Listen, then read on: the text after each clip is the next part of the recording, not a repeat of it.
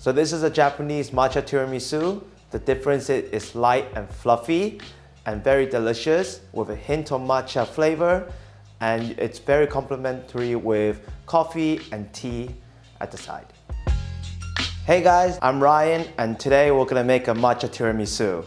Let's go. So first we're gonna start with the meringue. So what I'm gonna do is I'm gonna crack the egg to split the white and the yolk.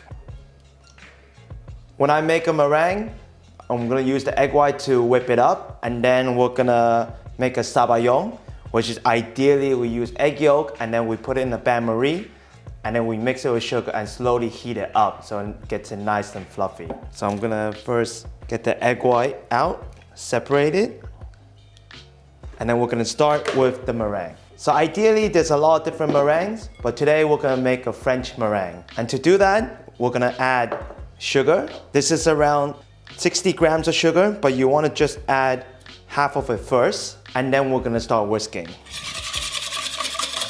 So we wanna make sure that it's a stiff peak. So later we're gonna do a test where I put my ball on top of my head, and if it doesn't fall down, then it'll be pretty good. As you can see, it's kind of combining together, but it is not at a hard peak yet. So we need to whisk it for another 5 to 10 minutes. All right, once you get to this is around a soft peak. You're gonna add the sugar back, around 10 grams, to make it nice and glossy, and then whisk it again to stiff peak. So you can see that my meringue is actually getting shinier and shinier because of the caster sugar. And yeah, that's about it for the meringue. And because I did say I have to do the test, and if it falls on my head, I'm kind of screwed. So let's go. Yay, it didn't. So that's an indication that your meringue is good to go. And now we're gonna do the sabayon. So there's 2 egg yolk here, and then we're gonna use the remaining of the sugar and put it in there and slowly whisk it in a bain-marie. So once the water is boiled like this, then you put your egg yolk in the pan. So this is called a bain-marie or double boiler. And what you wanna do is first whisk the egg yolk until it turns a little bit pale yellow. And then afterwards, we're gonna add in the sugar so it makes it nice and glossy. So now you add in the sugar, your remaining of the sugar, and a pinch of salt for that extra sweetness of the flavor. And then you start whisking. Be careful, because if you put it for too long, you might cook the egg yolks. So really look into it and whisk.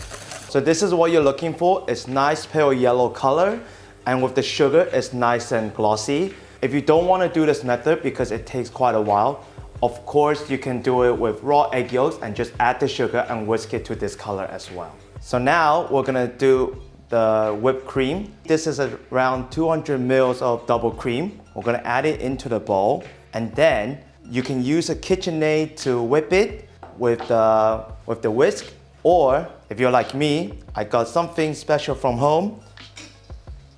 The big whisk, yeah! And then what you wanna do now is whisk it till it's stiff peak as well.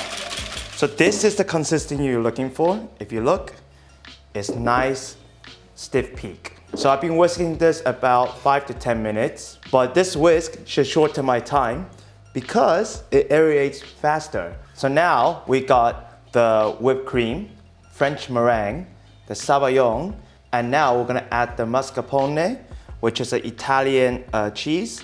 We're gonna add this in bit by bit in the sabayon to mix it together. So just slowly fold everything in until it's a nice creamy texture. Then we're gonna assemble everything in a baking dish. So once you mix the mascarpone, you wanna add in your cream and your meringue. Traditionally, they will never use egg white. They will use just full-on cream to make it very creamy. But then in Japan, what they always do is they add egg white to make it lighter in flavor. So that's why this tiramisu will be a little bit on the lighter side, but it still has the creaminess as well. So what you want to do now is just to fold everything together. So when you add the egg white, make sure you don't overfold it, because once you overfold it, then it's going to be too runny and it's going to be not the tiramisu you want. So what I do is I just slice into it and then fold it to the front. So this is a technique I learned in my cooking school in Le Cordon Bleu. I know, I'm bougie and fancy. Now we're doing the matcha. This is matcha powder, and you put 2 tablespoons. And afterwards, you're gonna add the hot water, which is a cup of hot water, into your bowl. So this is for dipping the lady's finger or any sponge cake that you have. So that way, your lady's finger or your sponge cake will have beautiful matcha flavor. So traditionally, when you make matcha, they'll have the wooden spiral whisk, and that will actually permeate the flavor of the matcha. But today, you know, we can use a whisk. Once you finish whisking, it's time to assemble everything. All right, now what you want to do is dip these beautiful lady's finger or the sponge into the matcha. You don't want to dip too much. The reason why is it will not hold it. It will be too soft. So just dip it for a good 5 to 10 seconds and then lay it on your baking tray. So we're gonna just do 1 layer at a time. Very beautiful. And then once we've done the bottom layer, then we're gonna put the cream on top, and that's first layer done. And then we'll do another layer, so that way we have double deck layer. That's what I'm talking about. So here's the first layer, and now we're gonna add our beautiful cream and then smear it on the top. Make sure you go around the corners, so that way all the cream has been filled up nice and evenly. And here comes the second layer. Again, dip it around 5 to 10 seconds. So be careful with the hot water because it is really hot. But as an experienced chef, we're not scared of the heat. So now we put the second layer on, and this time you can make it as pretty as possible because today we're making a bougie tiramisu. Make sure you get the cream all over it so that you can only see the cream. Once you're done smearing the cream, then we'll just wipe off the edge to make it more beautiful. So once you put the second layer, you want to set it in the fridge for around an hour or 2, preferably overnight. And then before you eat, we're gonna dust some nice matcha powder on it.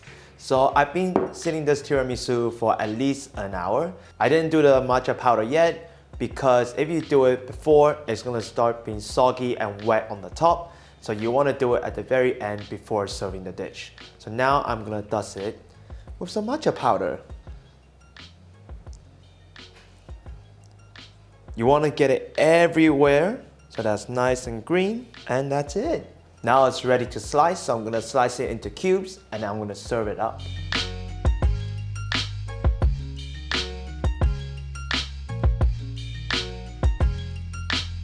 Time to taste, guys. Just gonna crack that open.